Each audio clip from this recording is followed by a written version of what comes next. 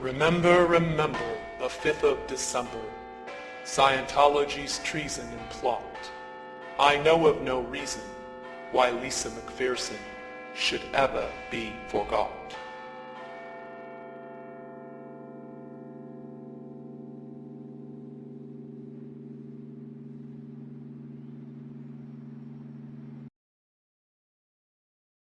You say the misuse, but I don't know if you're aware that there was a plan in 1955 in this country, Ted, to repeat what was done in Russia. There was going to be a Siberia, USA set up on 1 million acres in Alaska to send mental patients. They were going to lessen the commitment laws. You could basically get into an argument with somebody and be sent up there. This sounds very odd. Nobody's ever heard about it. That's in no small part thanks to the Church of Scientology. People say in the United States that these things can happen here.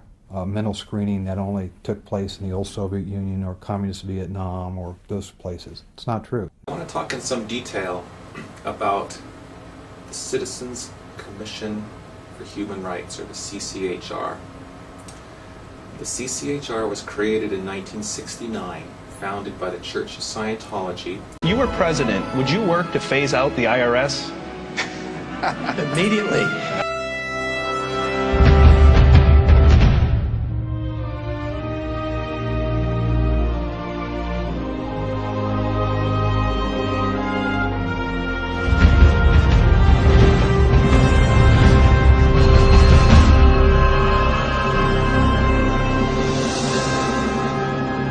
Hello, we are anonymous.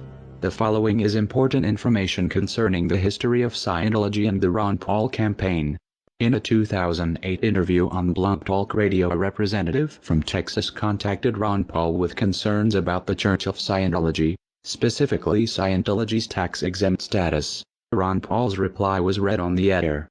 Posted on the site there in Texas where they're trying to outlaw Scientology from the RNC. So I'm going to try and bring them on, and hopefully they are who they say they are. Well, I will tell you that there are multiple chairs from the precincts down there that do have the power to do that are in anonymous, so it could very well be. Yes. Hello? Yes. Is this Maybe? Yes, this is Maybe. Oh, good. I was the Galveston County delegate yesterday. Yes, that's great. Tell us about that. Yes. Well, I was brought in as a delegate under the Ron Paul people, and I'm one of 6 out of District 341, or Precinct 341, and I wrote a resolution out the day before the convention, and just proofread it, asked some people on my IRC if it was okay, and made some changes to it, and it got it worked out, and I submitted it yesterday. And after I had submitted it, they called for a vote, and every single person raised their hands, and it got passed. And it's going to appear, you can go to the website, it's called GalvestonCountyGOP.com, and I'm not sure when they're going to post the resolution on the website, but that's where they said they would be posted. And it's going to be resolution issue number 9, resolutions concerning religious issues, number 162. And it's going to say, be it resolved that the Church of Scientology in the state of Texas be officially regarded as a business and not as a religion.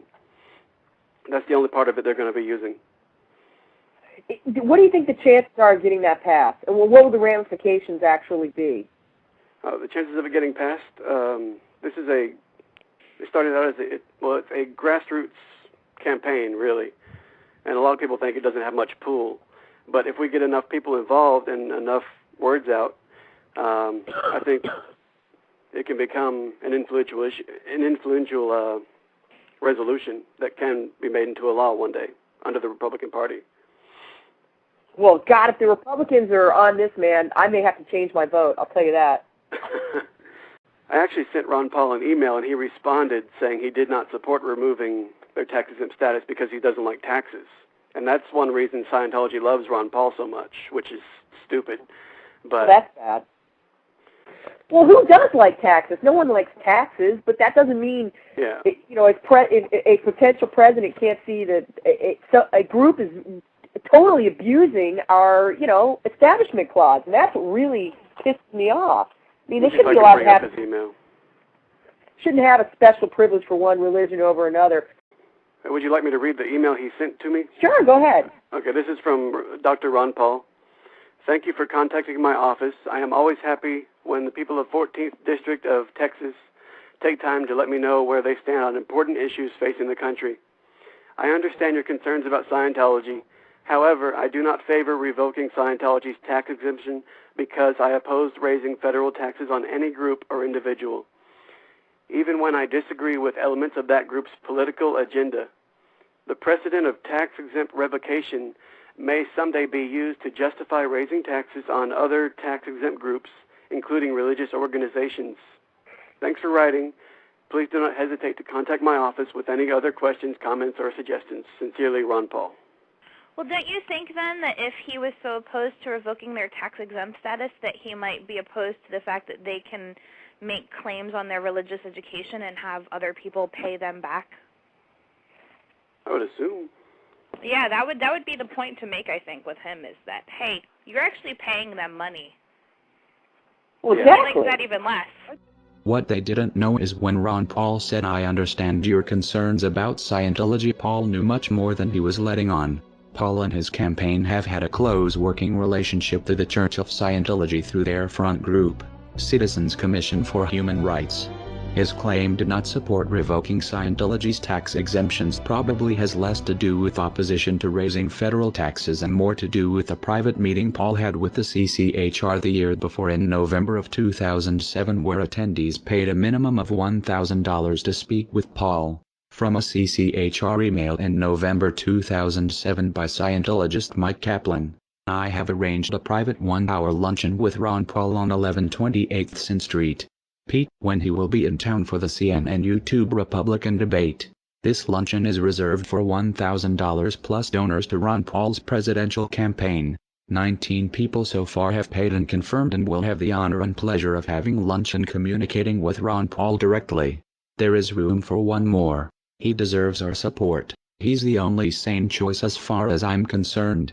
His message echoes the intentions of America's founding fathers, and he is inspiring a new generation of Americans. He is the sponsor of a bill in Congress that would make it against the law to use federal dollars to mental health screen Americans. He is pro-Constitution and pro-freedom. He is a true patriot. He is in valence. He is an ally of CCHR and our group. Our group can only mean Scientology.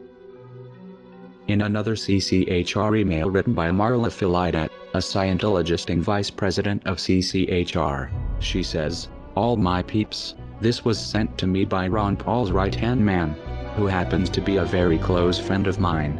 In fact, I was on the plane with him when he told me Marla were going for the presidency.